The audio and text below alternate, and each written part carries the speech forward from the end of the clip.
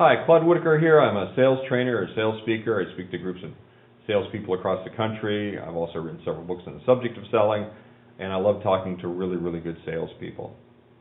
I also go to events sometimes, either as a speaker or to participate in the event, and one of the things that people talk about, the speakers, a very popular subject is elevator speeches. Now, I talked about this a little bit in another video, but here's what I want to talk about now. When they ask me what I do for a living, when somebody asks me what I do for a living, I say I provide qualified leads and sales for small business owners that already have a website. Now, here's the key part of that. At the end, I say I have a qualifying statement that already have a website. In other words, for small business owners, and then ... that already have a website. Now, why do I put that on there? Okay. I don't know where I learned it. I don't know if somebody told me this. I've been doing this for several years. I don't know where I got it, but I know this: it made a huge difference.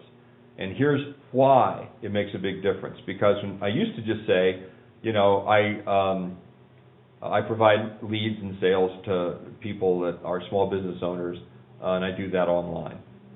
And here's the objection I would get, or here's the response that I would almost always get. I would almost always get, oh, we have a website. Now, why would they say that? Because I say something online, or I say advertising or getting customers or something, oh yeah, we have a website. Why? Because to them that solves the problem. They have a website. See, they don't know that there's other things that you can do other than just have a website. You can do a lot of things online more than just have a website. And the truth of the matter is, if they are a business owner and they own a business, or a service business or a retail store or a sales business, and they don't have a website, that's kind of odd. That's almost like not having a business card, okay? Or that's like not having a phone, okay? Almost everybody has a website. I mean, individuals that don't even have businesses have their own website. So you should have your own website if you own a business, certainly if you own a business, okay? So I decided to add that at the end, okay, that already have a website. Why? Because that's what they're thinking anyway. So when I say, you know, to business owners that already have a website, they can't come back and say, well, I have a website. Well, why? Why wouldn't they say that? Because now they're perfect prospects for me. See, because I expect them to have a website. And what you should do for yourself is, when you're saying whatever benefit statement that you have as an elevator speech, you know, what do you do? What do you do for a living? Well, I do this and this and this for some qualifying statement. See, so for example, you sell printing. I sell printing to businesses for businesses that do direct mail. Okay, so you want to narrow it down a little bit. Now, you don't want to narrow it down too much so that you disqualify people that are perfectly good prospects for you.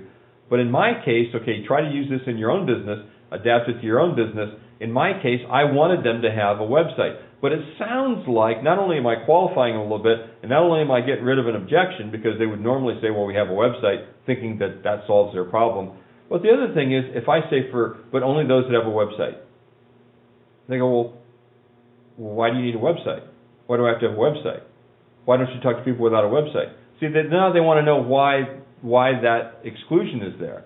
See, why is that exception there? Why am I disqualifying certain people? It almost sounds like I'm exclusive. I only deal with a certain segment of the market. I don't deal with, it sounds like I'm saying that. See, now the chances are really, really good that they have a website. And frankly, if they don't have a website, I'm probably not the guy to help them anyway. So I'm just saying that, I say for people that already have a website. But if they have a website, they'll almost always ask one of two things. They'll say, well, why don't you talk to people that don't have a website? Or they'll say, well, why do you need a website before you'll talk to them? Okay. Or okay, what's so important about a website? See, and I want them to start that conversation. See, because if they don't do that, I don't say anything else. So the conversation goes like this. I say, what do you do for a living? And they tell me whatever they do for a living. And they say, what do you do for a living? And I say, I provide quality leads and sales for small business owners that already have a website. And I just say that. I don't say anything else. And they're going to do one of two things. They're either going to ask me a question, usually about the website. That's usually or how do you do that? They'll say, how do you do that if they're interested?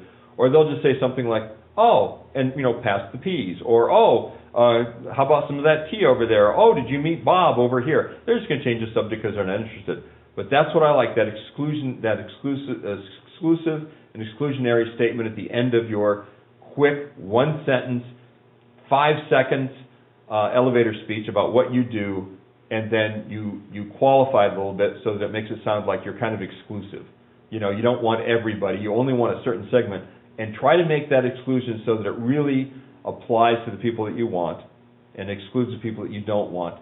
And it's also, you want it to be an exclusion that isn't going to get rid of really, really good prospects for your business. Okay? That's my advice to you. Thank you.